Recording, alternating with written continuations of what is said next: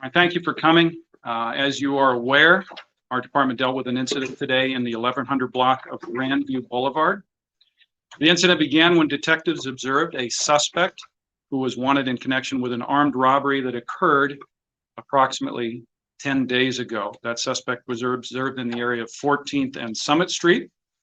And with the assistance of uniformed patrol officers, detectives made contact with that subject. He was handcuffed and patted down and placed into a patrol vehicle. That subject is identified as Emmanuel Plius. During the interaction with the suspect, again, officers did handcuff and search him, and he was then placed in a vehicle to be brought here for interviews.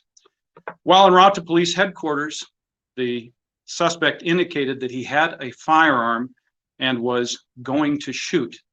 At that time, the officer operating the patrol vehicle immediately stopped the patrol vehicle, exited the patrol vehicle, and requested assistance from other officers. As more units arrived from not only the Sioux City Police Department, but with the Woodbury County Sheriff's Office, officers established a very secure perimeter around the vehicle and stopped all traffic flow. We also notified Heelan High School, which is very nearby. That school went on lockdown during this time. Officers immediately began working to establish verbal contact with the suspect to negotiate a surrender. Negotiators were only able to get limited communication, and as the incident progressed, the suspect became more agitated. Crisis negotiations team members attempted negotiations with the suspect for approximately an hour and a half. At that time, approximately 1300 hours, a mixed contact team of officers approached to deliver a less than lethal chemical munition in an effort to prompt a surrender of the suspect.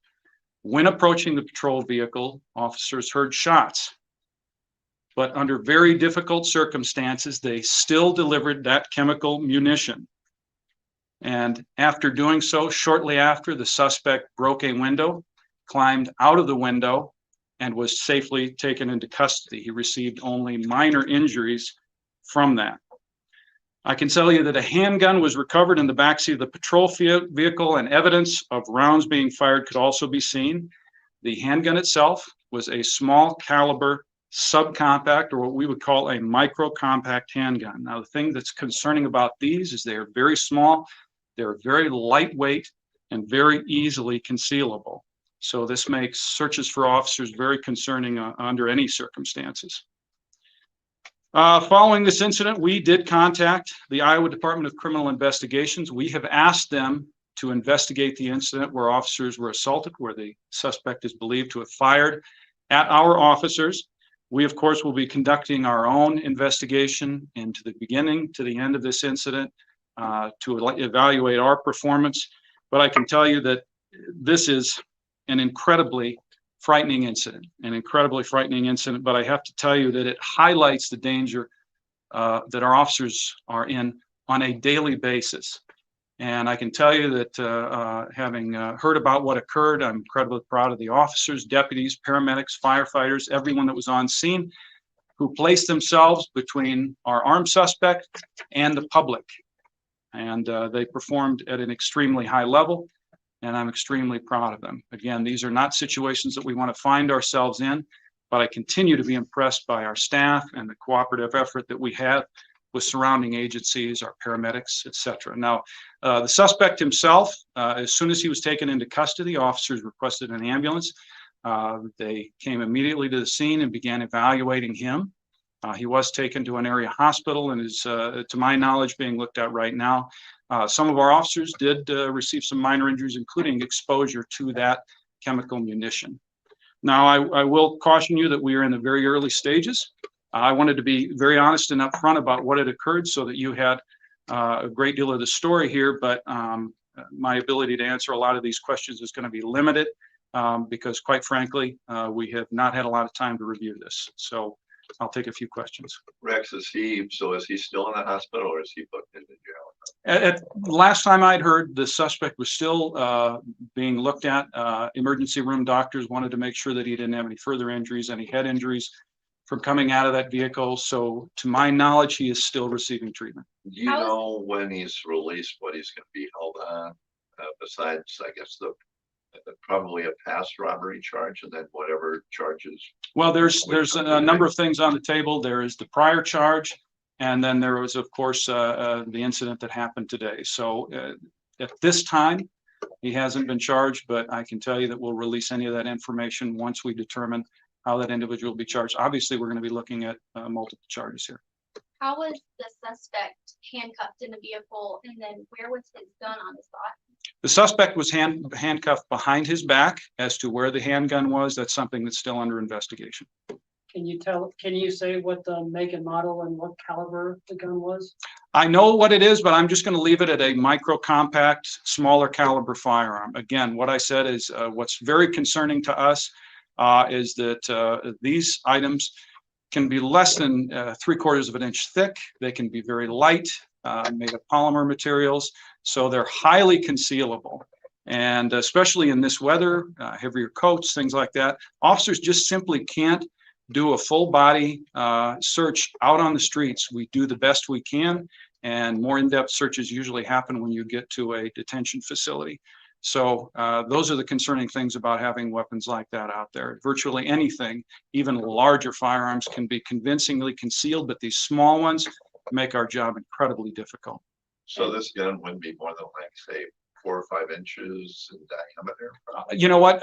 Knowing the model, I can tell you that these firearms can be less than an inch thick, and I can't tell you overall dimension, but I can tell you we would call them micro compact firearms, very small, very concealable weapons. I know it'll take till the end of the investigation and everything, but will body cam or dash cam video be released afterwards? Or yeah, but that's obviously part of this. We've got two pieces. We have our own review of the incident, and then we have DCI's review. To release any of this information prematurely may create issues in prosecuting the suspect. We want all of this to come out, but for now, the investigation takes priority. After this incident, will your search protocols change? Our search protocols have always been very thorough. You can do the best search possible and still miss things. It happens, unfortunately. It's scary, but it happens. Again, like I said, you can follow all protocols doing a search out in the field and still miss things. And so, you know, it's unless you've been in the shoes of an officer, you don't truly understand how difficult that can be. And with these small firearms, extremely difficult. And that's a danger that the officers face. And it's not new. You guys can probably easily find incidents where suspects have concealed firearms and been able to produce them and kill officers. One thing I'll remind everybody of is that this was, regardless of the circumstances, a successful resolution. The suspect was taken into custody largely uninjured. And that's not any small effort, especially since that he went through extreme means to endanger our officers, and we were still able to do so. So I'll remind everybody, this guy called the plays. He made the decisions that led to this, not our folks. And we were just reacting to it. We did the best that we could. And again, it might seem like I'm throwing this around, but the heroism of the officers on scene that dealt with all of this, every one of them from beginning to end, can't be underestimated.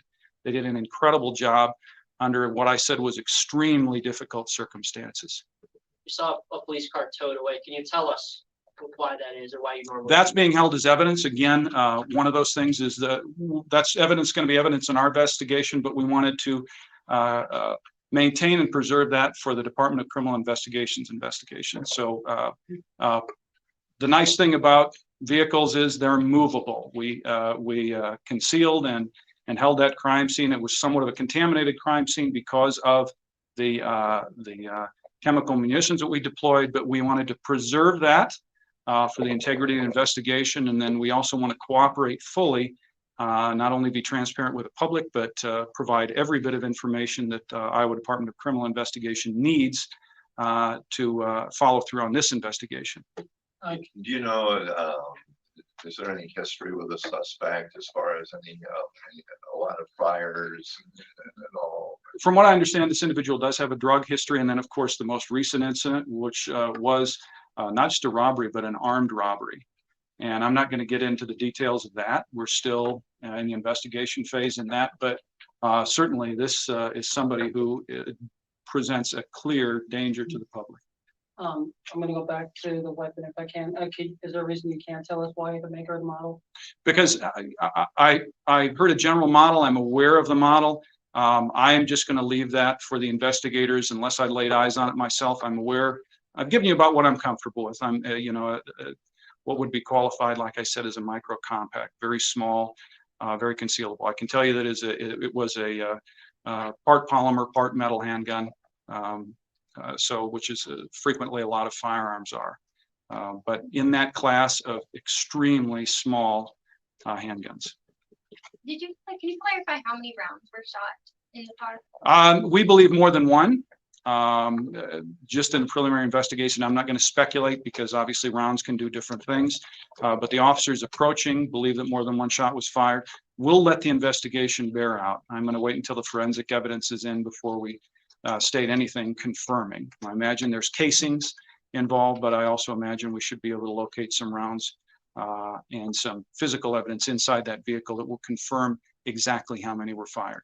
I know you said the suspect was taken to the hospital. Can you say how many officers were affected during this incident or taken to the hospital? I can tell you that generally anybody on scene got a pretty good mouthful of the chemical munitions that were deployed. And again, those are the risks that we face.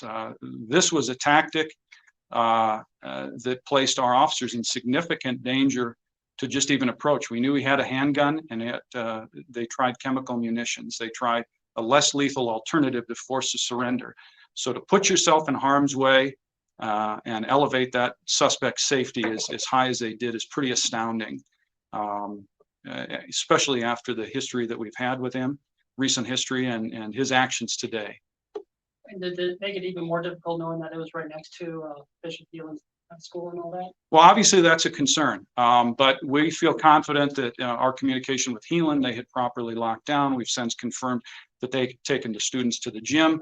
Our concern was that those students, if they came out, might get in the way of our scene. We felt fairly confident with the numbers that we had, the devices that we had, that we felt very good that we were able to protect that entire neighborhood and were prepared for contingencies. Given the shots, I believe more than one shot was fired. Is this a situation where you think the officers had the right to use lethal force and chose instead to go with the less lethal option? I'm not going to speak specifically about today. What I'll tell you is that when a suspect is armed, it certainly, in general, it certainly warrants lethal force. To meet a gun with less lethal force is risky at best. But again, our team on scene, the incident command that was established, decided on a course of action, carried out that course of action, and it was successful. But anytime an officer, in general, anytime an officer is confronted with lethal force, they can meet that with lethal force. But again, this is a very rapidly evolving situation. You make decisions in the moment, and then as the officers found out as they approached what they believed shots were fired, that elevates the danger, and yet they still accomplish their mission, which is remarkable. So with the bullets firing, do you know where they landed, if they landed inside the car or outside the car? You know, I'm going to let that bear out. From what I've been briefed so far, it appears as though most of the rounds were contained in the car. It appears as though. I'm going to let that bear out in the investigation of the vehicle and the forensic work that will be done on that vehicle. That's my initial impression. Don't hold me to that. It's possible. But from what I understand, the initial inspection, it appears that rounds stayed inside the vehicle. If something different happens in the course of the investigation, we'll certainly release that. Do you have the exact name or spelling of the suspect, Rex? The spelling that I have, and I hope it's correct, is Emmanuel, common spelling, last name, Pleitez. Is that what you have? Yes, Emmanuel's Emaneuel, and then that last name is Pleitez.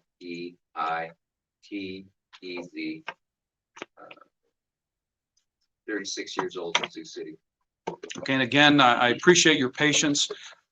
We are just roughly an hour and a half away from this scene. So I'm doing my best to make sure that all of you are informed. I know the public concerned this call. caused. I also know that, as always happens, social media was probably a fire and made certain conclusions. And that becomes one of our challenges also, is to get that information out to the public to mitigate fear. But in evolving situations, our number one priority is always going to be community safety. So getting resources at this scene is our priority. We hope following that to let everyone know so that we can keep people properly informed. But we had everything that we had up at this scene, and that's where it should be, is dealing with this incident to make sure that the community is safe. And again, I continue to be impressed by our folks. They do an outstanding job. Again, I appreciate the partnership of the Woodbury County Sheriff's Office, not only the fire department, but paramedics who were called into the scene. So everyone just did an outstanding job and came together under very difficult circumstances. Any other questions? No? Okay, JJ, and as we get information, we will release that. I think you guys had some initial questions, and Sergeant McClure will be on top of that. If there's things that we can and are confident in releasing, we'll do so. He's going to put out a general synopsis of what we gave you just today if you need to refer to that. So, all right, thank you very much. Thanks.